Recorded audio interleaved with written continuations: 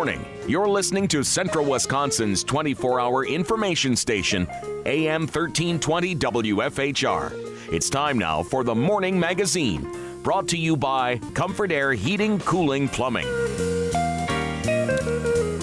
Now, with the Morning Magazine, here's Carl Hilke. Thank you, Jerry, and good morning, everyone, and welcome to today's edition of the Morning Magazine on AM 1320 and WFHR.com. We also welcome our friends from RCCA Media. Jesse's here. It's been a while since he's been here, and he's here because Wisconsin Rapids Mayor Zach Vruwink is here for the entire hour, and we're going to be taking your phone calls at 715-424-2600, pound 1320 on a U.S. cellular phone. Before we begin with the mayor, just want to say a thank you to the folks at Solaris. I was at the Raptors game last night, invited by the folks as well. We're customers. The station is customers of Solaris, and they threw a nice party yesterday at the Raptors game, and I got to see the Raptors win. Pam and I had a wonderful time at their party, and I want to say thank you to everybody at Solaris for their kind invitation and nice party. And with that, we welcome the mayor of Wisconsin Rapids, Zach Vruwink, who was also at the game last night. That's right, Carl. Good morning, and good morning to our listeners. It was a beautiful evening. And it was perfect. It's one of those evenings you wish you could. That's when you want to take, say, a prospect. That's right. It's ironic. I met a lot of visitors, actually.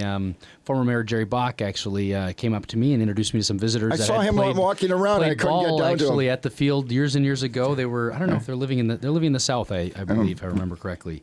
But they're in town for a few days, and it's just a neat place to show people when they come back to the community, if they're visitors or, coming back to the community from many years, and they see removed. What's happened to that stadium. That's right. Yeah, transformed.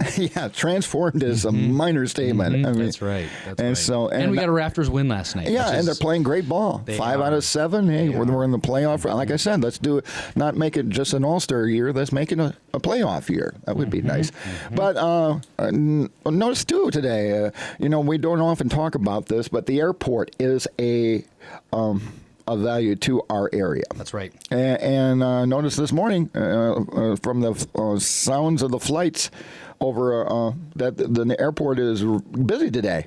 They're gearing up for EAA. EAA is just on the on the horizon. And in fact, as chairperson of the Airport Commission, we're looking at making some changes out of the airport. And so I've actually been calling airports, selective airports around the country. So I talked, actually, it was interesting, I was on the phone yesterday with an airport operator down in Mississippi, and then the day before in Wyoming. And she said, actually the gentleman in Wyoming had said, yeah, we're gearing up for EAA. And I thought, wow, that's interesting that the impact of that air show is well beyond Wisconsin. Mm-hmm. We kind of guess that, but you don't realize, even as far as Wyoming, pilots making their stops as they cross country to come all the way to Oshkosh. It's obviously a benefit to our local airport here because there's a lot of activity around those airports close to Oshkosh. So the further people can get to stay out of that airspace, they can park here and tie down their aircraft here and travel over. It's common that the folks do that. I've heard from the folks at Alexander Field that people will stay in Rapids and spend the day in Oshkosh because it's cheaper and more convenient. And it's just like when we're traveling by car, we try to avoid traffic jams. You can avoid the air traffic jams by doing it that way. Right. They got to file their flight plan and get in order and all those pieces. So when you've got that much more demand on the airspace, it's no different than, like you say, a traffic jam on the road. Okay. We just had another storm and saw 2 Mile near the water wheel, that one home, beautiful tree. Just pulled down, and some other ones I know out and the Adams County town of Rome. And I guess I mentioned on the air yesterday on Over the Back Fence that I've already noticed some out-of-town tree people. I saw a whole group coming in on 8th Street yesterday morning. Because I'm sure they're just like the roofers and everything else. Sure. They hear a storm went by and it took out trees. Let's go see if we can get some business. And I'm kind of encouraging people to be patient and support our Local contractors. Our absolutely. local contractors. Yeah, it's interesting you bring that up. Kind of isolated storm, wasn't it? Didn't seem like it affected every neighborhood, but it had different effects. A lot of limbs and stuff in some neighborhoods, some trees, as you said. It's actually a good opportunity to remind folks about our brush pickup policy and program. The city does provide regular monthly brush pickup, but in cases like this, we do provide storm pickup. It's kind of on a as crew available basis where they've got people available to pick it up, but we don't pick up trees. We're not a tree service, so don't put your tree at the curb. Don't clear your lot and put it at the curb. We are a tree. We're brush. We're limbs and trees tree branches and that sort of thing, but not stumps, not root balls and all that. So make sure just a good reminder for folks of what the city does and does not do in terms of its cleanup, particularly around storms. Okay. I wanted to highlight your latest community update was about putting Wisconsin Rapids on the map, and this is a follow-up on an initiative to help get more of our city's businesses on the internet. That's right. Yeah, it's actually a continuation. Last year, if listeners remember, we introduced the program of Get Your Business Online, and it was a partnership with Google. Google has rolled out an opportunity for municipalities. Previous to that was states. They've brought it more on the localized level now to cities, and it was an opportunity through the U.S. Conference of Mayors to partner with Google, and so we're afforded that opportunity at no cost to the businesses. In the same way, it's no cost to the city to participate. Google has its own motivations. Obviously, getting more users online is a benefit to them and their advertisers and other things. So our standpoint is primarily educational, recognizing that businesses, if they're not online in some way, shape, or form, are at a disadvantage, and they're not as visible. In this case, with this year's program, with the Get Your Business on the Map initiative, we all, if folks are using smartphones, realize that everything is map-driven. And if it's not app-driven, it's map-driven, right, with applications or maps. So if businesses are trying to be found and trying to gain customers, as folks are looking, particularly visitors, right? Not so much the locals who know maybe our business community really well. It's visitors as well, as they're coming into the community with dollars in their pockets, so to speak. We need to make sure that our businesses are online, and in this case, on the map at this year's initiative. Yeah, when you mentioned, we're going to have the Wisconsin State Water Ski Show Tournament, and right after that, we got the Northwoods League All-Star. Yeah, right on the heels. Yeah, really big events back to back. And so you're going to have people coming into town, and between going to either the stadium or to the lake, they're going to want to hey, where can I go get a good meal? Yeah. Where can I want to exercise? I want to take a jog or something. Where's a good area to take? So that can play a huge role in that. Most definitely. It's all promotion, and it's obviously the world is changing before our eyes, and this is something that it's no different. Folks don't necessarily go to the yellow pages or go to some business guides anymore, like maybe the traditional way of doing things. So if our businesses aren't aware of the tools available to them, so this initiative is very unique, and we're excited to partner again because of the fact that it allows folks the opportunity to get tools that they might not be aware of. And so we're just trying to raise awareness to the issue, and people can obviously go online to the community update and access the information, or I believe the unique link is just gybo.com. That's right, gybo.com, and you have a link in your mess. In fact, there's even a video of you. Yep, we did with Jesse and the community access with Tom over at the station. Recorded a nice video for the program. Okay, so if you're a business who wants to get started, we would really encourage you to do so. Take advantage of this opportunity. It's gybo.com. Yeah.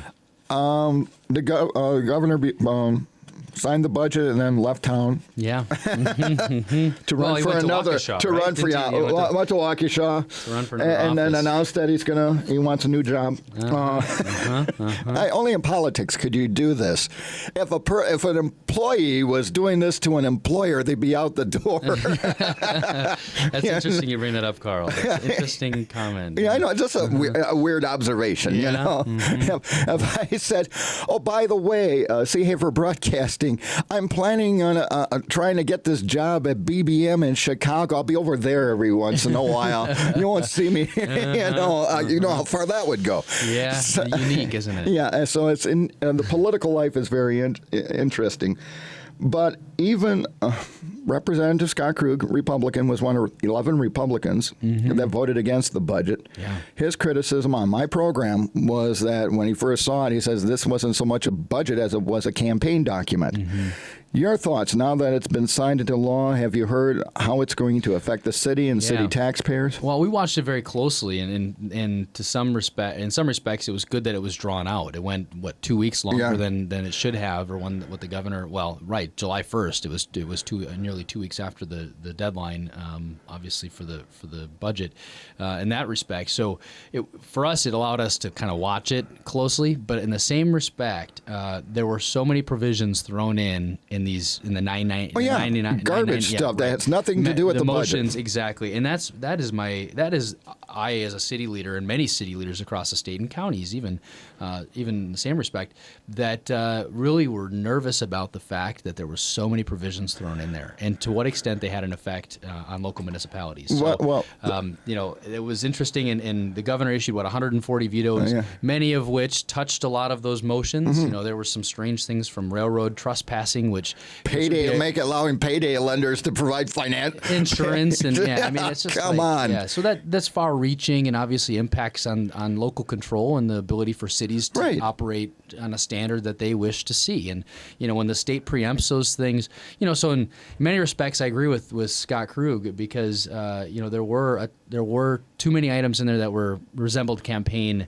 sort of material, and it's a budget document. It funds our operations, whether it's on a state level or a local level. Obviously, a lot of that aid comes down to us, but there were a lot of wins for cities in the budget. So I will say that in some respects there were some good things. Okay, we want to hear about that, but that's one of the things we got a call. But Representative Krug said one of the reasons why he voted was all the garbage that was thrown in that he thought should have been taken out and deliberated separately.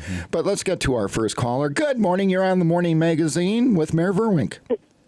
Yeah, good morning. You were talking about Governor Walker leaving the state, et cetera, and if he were an employer, he'd be gone, et cetera. Isn't it kind of somewhat similar that when they had the vote on down in Madison, that the Democrats ran down to Illinois and out down there for a month and didn't do their job? Yeah, sure. You could make that comparison. You very well could make that comparison.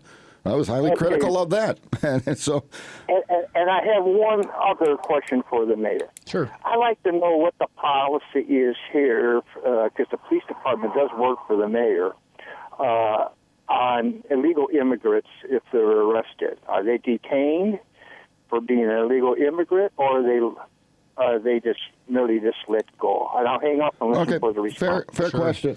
I want to correct one thing. The implication was that the police work for the mayor, but that is not correct under Wisconsin statute because we have a police and fire commission. We do have a police and fire commission, but they don't have optional powers. So the police chief works for the mayor. Okay.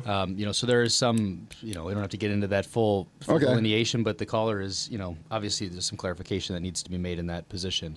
But as it relates to the policy, the city does not have a unique policy in the relationship with deportation or any situations with illegal immigrants. I think we had a similar caller a number of months ago. Maybe it was the same caller on the issue. I did have a conversation with the police chief about it because, frankly, it was something that he and I personally had never discussed and kind of wanted to get his position. It's not something we think of a lot. Well, right. And so the lesson, I guess, or the quick answer on that question is we don't have a unique policy on it. However, there has been some discussion on the state level, particularly with some state legislators, not Scott Krug particularly, but by way of the State Police Chiefs Association and some of the sheriff's departments, because city leaders in many of the larger cities who have been more vocal about it, like Green Bay's mayor and some others, that these folks are working in their community, right? They're trying to further their economic interests, right? They're employed.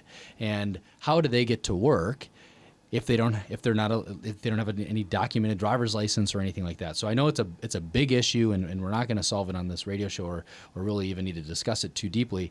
But the city does not have a policy that usurps any other policy on the matter, and so wouldn't it be? We've had some folks that have been arrested for that were rounded, like I know some years ago at McCain's. They went in. There were people that didn't have the proper records. They were arrested. There's, from what I understand, it's just like a case by case. If they pick up someone as and they find out they're an illegal, they have a protocol of who they contact with the federal government, and then the federal government takes it over. Yeah, and I guess, we're not out patrolling for illegal immigrants. I mean, I think they got a lot of other things to do. But like anything else, I mean, if there's a situation where they're breaking the law, obviously, and they're arrested, they're turned over to prosecution, and like anybody else. But to the other issue, and I think I do want to make a statement on that these folks, if they're working in the community and they're putting in their due diligence because they're employed by many employers who are obviously paying them and probably knowing or maybe knowing that they're not here legally or beyond their legal status here, but they're still employed. It's a big issue, and I encourage the caller, if they've got further questions or want to discuss it further, to call me or call the police chief directly to discuss our local practice as it relates to illegal immigrants. Well, aren't employers putting themselves at risk by? Well, yeah, I won't necessarily get so much into that. I mean, there's a lot of economics, especially you hear down in Texas, a lot of these employers who rely on this sort of labor, and they wouldn't be able to, particularly in the agricultural space, and it's no different up here, right? Whether they're in the farming community or whether they're, in other processes related to agriculture, it's a business that needs labor too, just like any other business. And some say it's low skilled, and others won't take the positions, and so you need a labor force that will take that. Bottom line is, this is something that requires a national solution. No question. I mean, your job as Wisconsin Rapids isn't to be the Secretary of State for the United States, or do the job of the Immigration and Naturalization Service, the INS, right? That's not the position, but.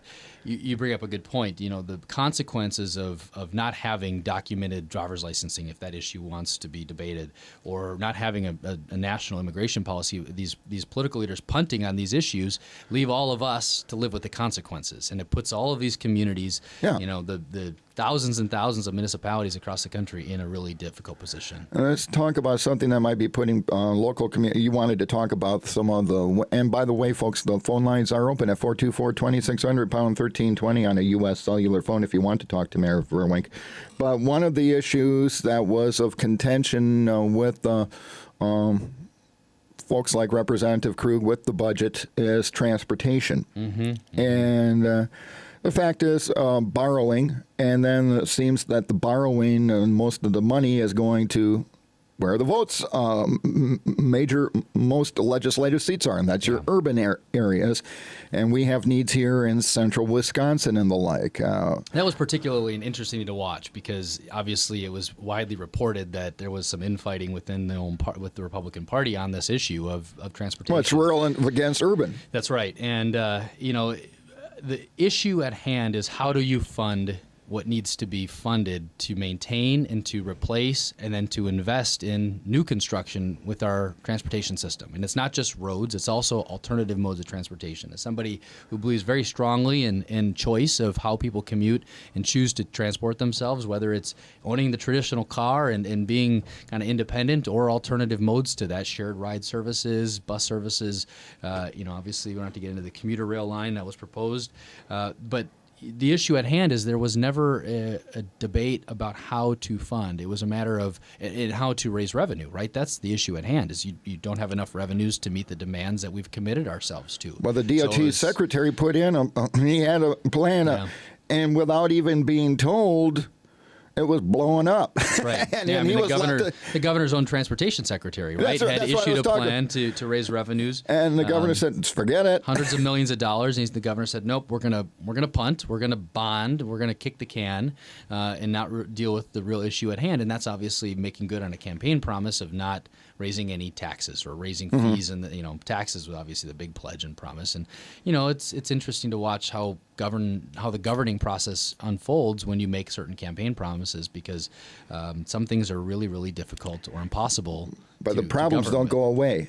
And the transportation problems that cities like Wisconsin Rapids or our area, I know Representative Krug has been very vocal about his support for the 54, the bypass, and also the bridge. Right, which was vetoed in the governor's veto memo. And actually, I read the memo. I mean, it's like 50 pages, but I read the governor's memo. The first couple pages are obviously a lot of campaign. I mean, you can really read through that it's campaign, but you get to the veto memo piece where he's actually vetoing certain provisions, and his I'm paraphrasing, but his points were it's premature, it could be redundant if in fact they need to do another environmental impact statement, and even further, kind of allow the DOT to do their work and quit trying to stick this in the budget. But on the other hand, you've got all these other provisions that are slipped into the budget. Projects. I mean, certain grants given to entities around the state. Nonprofit, obviously, entities. It was a eye-opening thing to watch if folks watched it close. Okay, let's get back to our phone callers. Good morning. You're on the Morning Magazine with Mayor Vruwink. Good morning. Mayor Vruwink, I'm wondering how long it takes to get this Chase Street railroad crossing repaired. I called down to the CN agent, leave a message, and they never respond. And I talked to the city engineers, but I know they can't do anything. The city has to repair it, or the railroad has to repair it. But I'm thinking that maybe we should just give them a time frame, keep the pressure on them, and if it isn't repaired within that certain time frame, then fine them for so much per day that it isn't repaired. And the other thing is maybe, if nothing else, maybe the city could contact them and grind that crossing, those rubber mats down, because they are protruding considerably up above the surface of the road. So I'll listen to your response, but something has to be done. It's been that way in disrepair for about 3 months. Thank you. Here, and this leads into the ruling in Wood County Circuit Court. Sure. Which basically said to Wood County and probably to every other municipality that when it comes to railroad issues, sorry, gang, can't find them. Right. When you're talking about the county's decision, the county judge's decision here in Wood and Portage County. Both. That this is a federal issue. Right. Let's address the caller's let's issue address because this I'm glad that the caller called in. It was a different caller than the previous caller on the issue, and I have good news. And I will not say I will take 100% credit for it, but I think I would say great minds think alike. So Gaynor Avenue, 17th Avenue, and Chase Street are all slotted for some improvements yet this fall. So I can't give you a timetable because there is some coordination between our city engineers and scheduling. Obviously, the railroad will deal with its grade of the crossing, and then we have to meet the grade essentially with our asphalt approaches. And so it's obviously out of step for our budgeting process. So that's where the coordination comes in. But the good news is those crossings will be dealt with yet this fall in the coming months. I just don't have a time frame on it. Okay, that's good news. Yeah. Man, those crossings they're rough. They are rough. They are very rough. And the caller was absolutely right. So thanks for the call and allowing me the opportunity to share a bit of good news. But now let's get back to this thing, because the other big concern we've gotten about trains blocking highways and intersections, and the county came up with a thing. Wood County, hey, we're going to start fining them, and they had paid some, and then they went to court and said, no, this is not you can't do this. This is a federal issue, and a Wood County judge said they're correct. I'm not surprised, to be honest, because of the fact that obviously you pointed out the federal regulations, and that's obviously can be cited as case law and precedents, whatever, on the issue.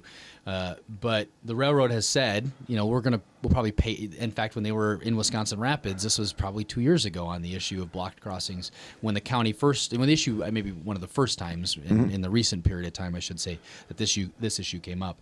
And the railroad said, we'll probably pay them and just life will go on. But when they compounded upon themselves the number of citations, of course they're going to fight them. Why wouldn't they be foolish not to?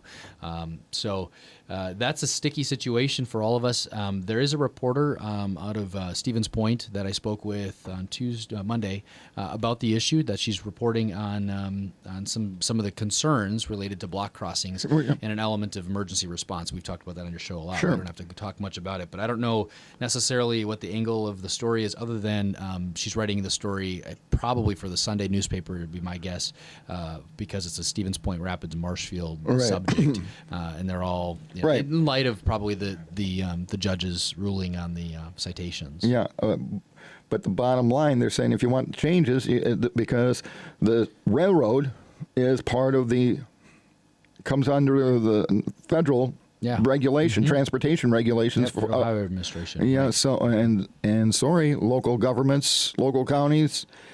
If you want change, you got to take it to Washington. That's right. Call your congressman.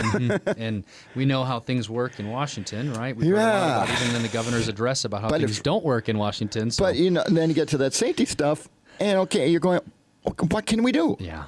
I mean, come on. There's got to be a common sense solution to this. You would think. That's right. Yep. Okay. But, in the interim, the reporter, I think some of the angle of her story and the questions were, how do you work around, the situation without having to, one approach is to address the issue head on, right? Which is what you're talking about, going to Washington, getting this big change.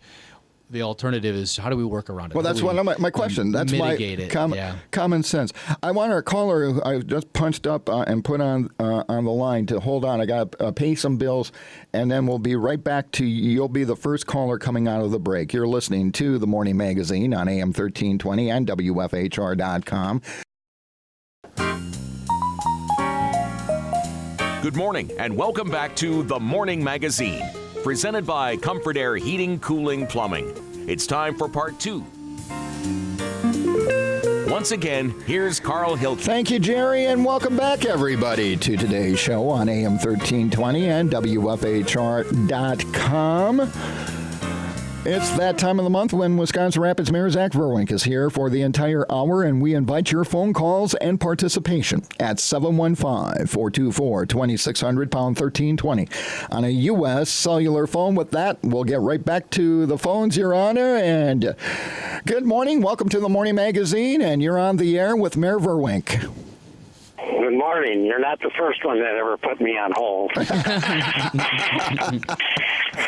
Okay. Your minutes are running out. It was really discussed here about, getting to the top. If people in Wisconsin Rapids, people in Wood County, people in the state of Wisconsin really want something, they should get it done. And that's why we have top leaders, mayors, county board chairs, town chairmen, and things like that, governors. Just look, in 21 days, the flag came down in South Carolina. Whether you like it or not, whether you think it was good or bad, it got action, and it got action from the top. Without getting action from the top, nothing gets done.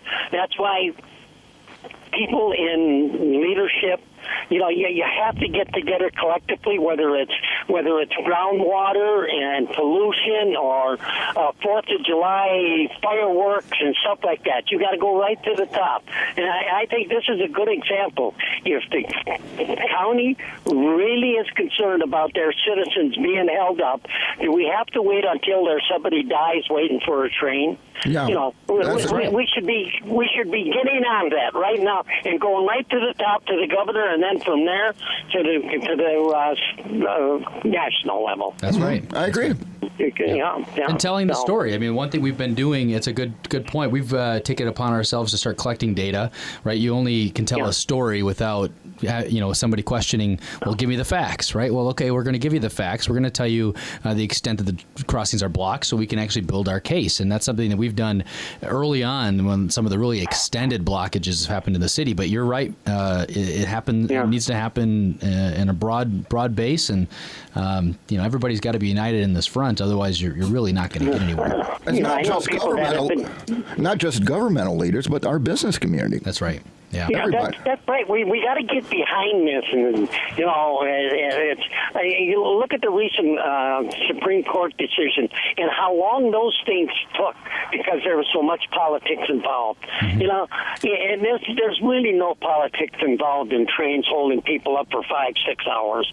There's no politics there at all. No, shouldn't be. We should get on it. Shouldn't be. That's right. Okay, I'm going to quit listening to the radio because I get upset sometimes. Okay. Thanks for listening and for the call. We're glad we could be your therapist. Okay, thanks a lot. Bye. Bye-bye.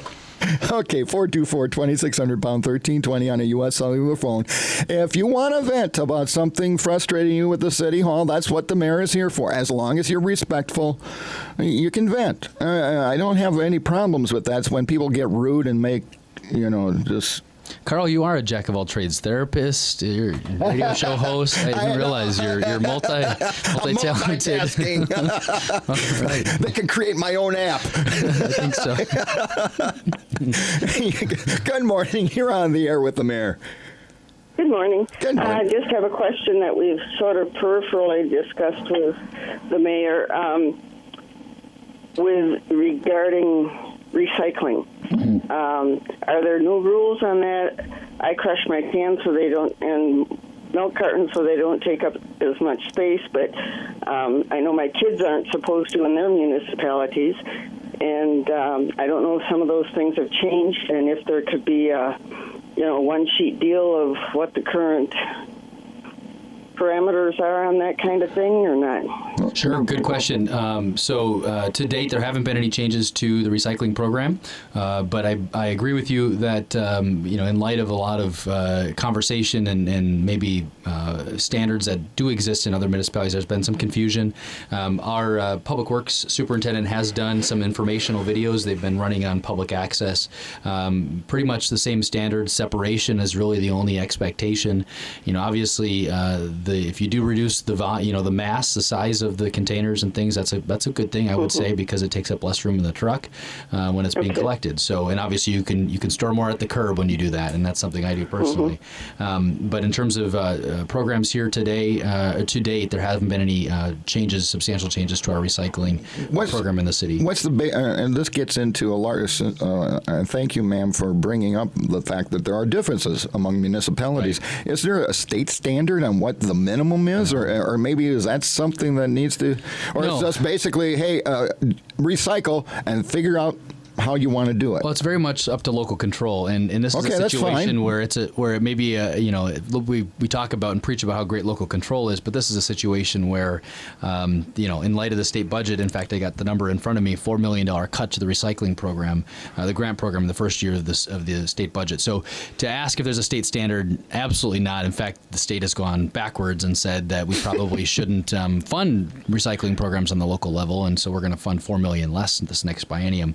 Which is disappointing. It's disheartening. Somebody that, every generation is going to have to live with what we landfill, right? And the reality is the better we're able to recycle things and find alternative uses will benefit everybody. It's not creating only us living businesses today, but future generations, right? Absolutely. There's an enterprise to be created out of it, yeah. Yeah, and okay. Any other comments, ma'am?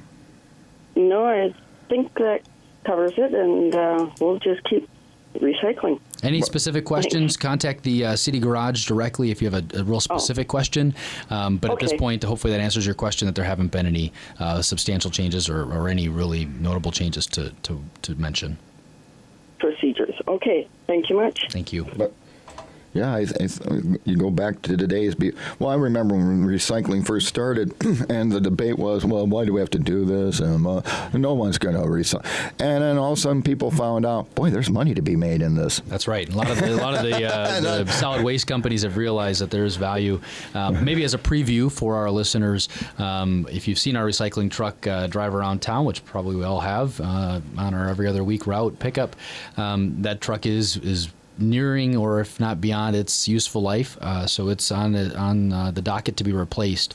Along with that replacement, the discussion has been, obviously we're not buying a 1990s truck anymore or early 2000s truck.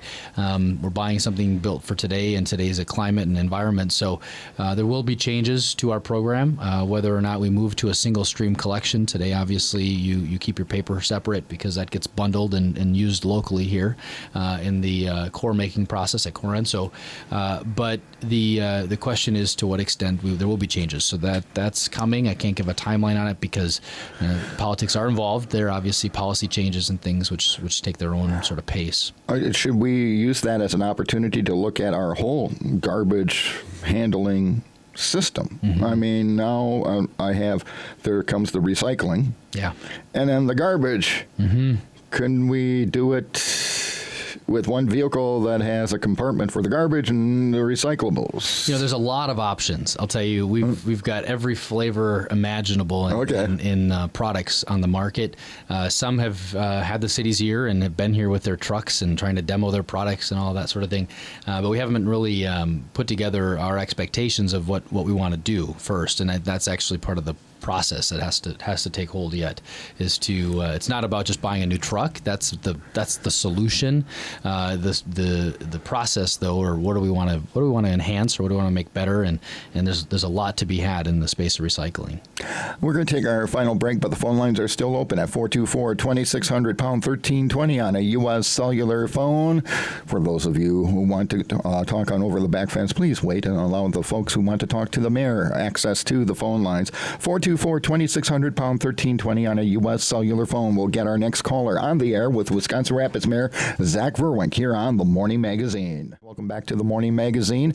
You still have time to talk to Wisconsin Rapids Mayor Zach Vruwink. He's here until the top of the hour at 424-2600 pound 1320 on a U.S. cellular phone. With that, let's get to your next caller, Your Honor. And good morning. And you're on the air with Mayor Vruwink.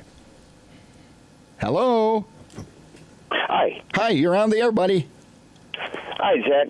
We had a discussion in your office about gun hunting last gun season inside the city limits, and I looked for records of that incident, stuff like that. The police department really didn't take it seriously, and the tree stands still exist inside the city limits. Is there anything you can do about that? So you're looking for the enforcement of I remember the situation, I remember the conversation, but you're looking for the enforcement of removal of the tree stands. Is that what you're asking? Yeah, even I guess there was no documentation of the incident. People, sitting in a tree stand inside the city limits with a gun, and I guess it wasn't even documented.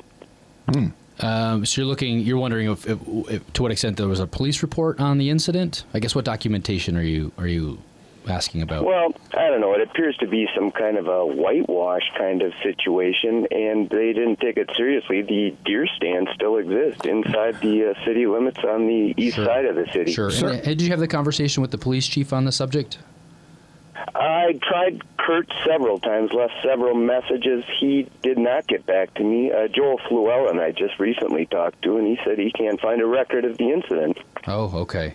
Okay. Because that's my question. Did someone actually call the police office or 911 and file a actual complaint? And that's what I'm wondering. Because I know I remember not in great detail, but I remember the circumstances surrounding it, there was some issues with it, and I believe the conversation we had was to connect the chief, and if there was a complaint about the handling of it, there is recourse that the city does have for hearing those complaints.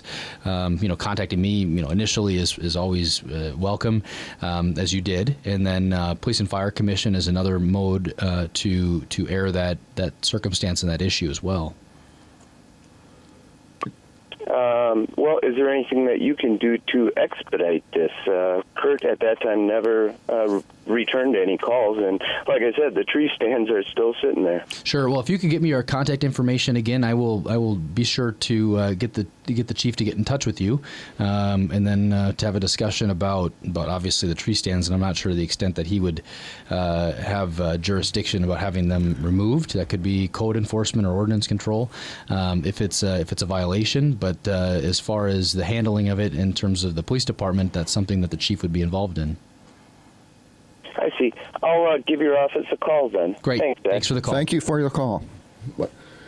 Yeah, and I guess my thing is if someone actually called 911 and said, hey, there's a guy in a tree stand in the city limits with a gun hunting, there would be a record of that automatically. Right. That starts the process. That's correct. So I'm not sure if the officer he spoke with just wasn't completely involved or privy to the incident, and so he wouldn't know if there was a record. But we'd definitely go back and review the incident. And where was this location in the city, and what is this? Well, obviously, it's a wooded area, and if I recall correctly, it was on the border of the city limits and the the town of Grand Rapids, if I'm not mistaken, on the northeast corner of the city, near the Rapids East Commerce Industrial Park. And for folks that are familiar with that area, there's some question about where the boundary is. Right. I understand that piece, but there was some question about who knew the boundary, and I won't get into the circumstances on the air, but if it's a situation where the police department should have handled it differently, obviously I want to know about it and have that conversation. Yeah, and that gets into, when you're dealing with boundaries and the irregular boundaries we have and what Grand Rapids might have for regulations and what the city of Wisconsin Rapids, I guess it would behoove all you hunters to look at your location and find out what the regulations are in that location. That's correct. Okay. In its simplest form, right? It's just be smart. Yeah. You mentioned, and I wanted to give you the chance, we've been talking about things that might cause problems with the budget, but you said there are some good things in the budget. So let's be fair, and let's talk about things that are in the budget that are beneficial to the citizens of Wisconsin Rapids. Well, one of the obligations we have as the local unit of government is to make sure our roads and streets and all of those that infrastructure is maintained. And for the first time in some time, there was an increase in general transportation aids, which is the pass-through money that gets essentially rebated. It's our local money anyway. That's rebated, some of it rebated back to the municipality to invest in transportation. So that was a good thing.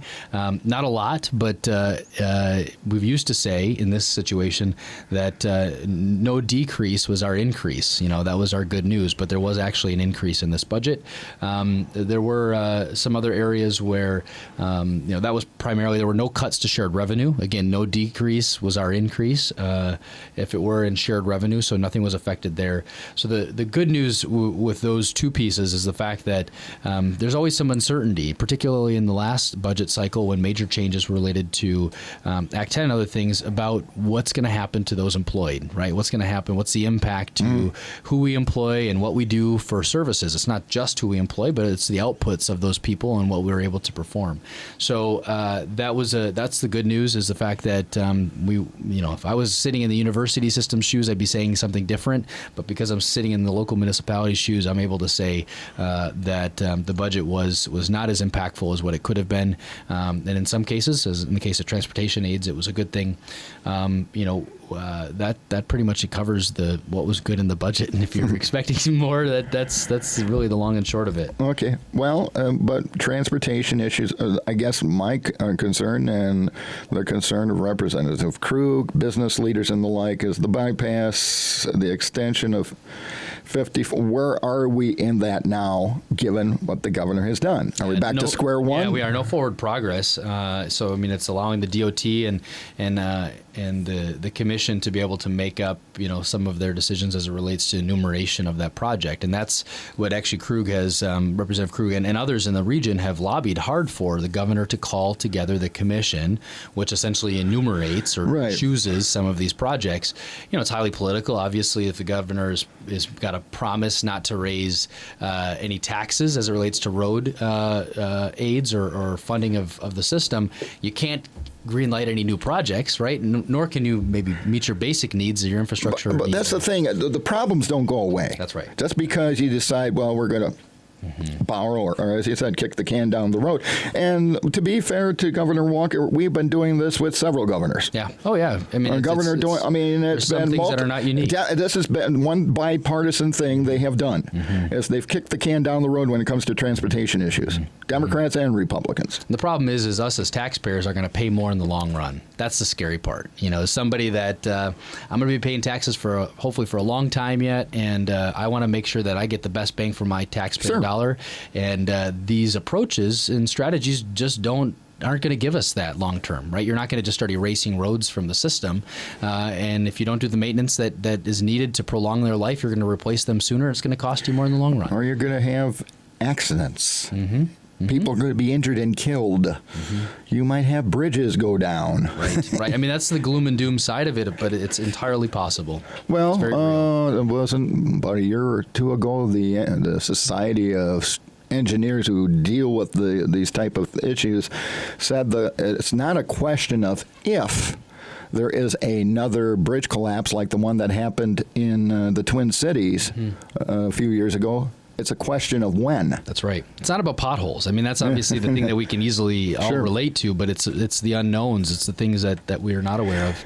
And maybe on a good positive note, hopefully, the federal transportation bill is going to be expiring, and so they're going to need to take action, whether or not they continue to fund it at what it was and not raise. I mean, the same approach here that was done in Wisconsin. We obviously receive federal aid for projects, and so let's hope that the federal government can get their act together and realize now, obviously, we're all federal taxpayers too, and in this area we want to get as much back as we can for those dollars that we've sent to Washington, and why not? Speaking of construction, Chase Street project has begun. Any other projects people should be aware of? Chestnut. That's going to be that's our largest construction project this year, from 8th Street to 16th Street. My understanding, the most recent understanding has been it's going to be staged in or phased in terms of its closure. But there will be likely an extended closure now through, hopefully, our hope was to get things rolling before school starts. Obviously, there's the news release said through September. Yeah, right. Yeah, so there was some projects that got moved up. Obviously, the project at the airport, extending sewer and water out to the development at the airport, was a project that got precedence just because of the timing of it. The Chestnut Street project, as we just talked about, they were finishing up. In fact, I got an update from the street superintendent this morning, public works superintendent, on the subject of kind of where they're moving. So the crews are going to be moving around town. So obviously, try to use alternative routes if possible. It's that time of the year. I mean, say there's two types of seasons when it comes to Wisconsin and driving, winter and road construction season. Yep, they finished up on Apple, which was 8th to 12th, which wasn't at least our city work has been. So the contractor to do concrete will be next, and Chestnut. The intent is to work the project 2 blocks at a time, starting at 8th Street and then working down toward 16th Street. What's all being done on Chestnut? Is a major reconstruction? Reconstruction, yeah. A lot of the underground underground utilities are seeing work. So they're starting obviously with the manhole work, and then reconditioning some of the manholes, and obviously the underground water sewer. Probably people saw the power poles being moved a little bit. That's obviously a safety improvement as well. The poles were very close, and not too close to the curb, and obviously they didn't meet engineering code and standard, so the poles were moved back in some respects, so they were away from.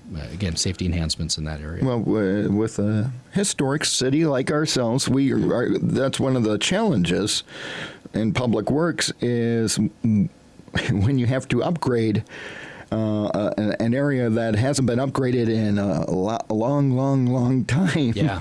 Yeah, you open that street up and you think, if it's been, and I think in the case of Chestnut, some of the underground utilities are 70 years old. So, wow. Think about that. You didn't have that street open for 70 years, and the records were different 70 years ago, let's be frank.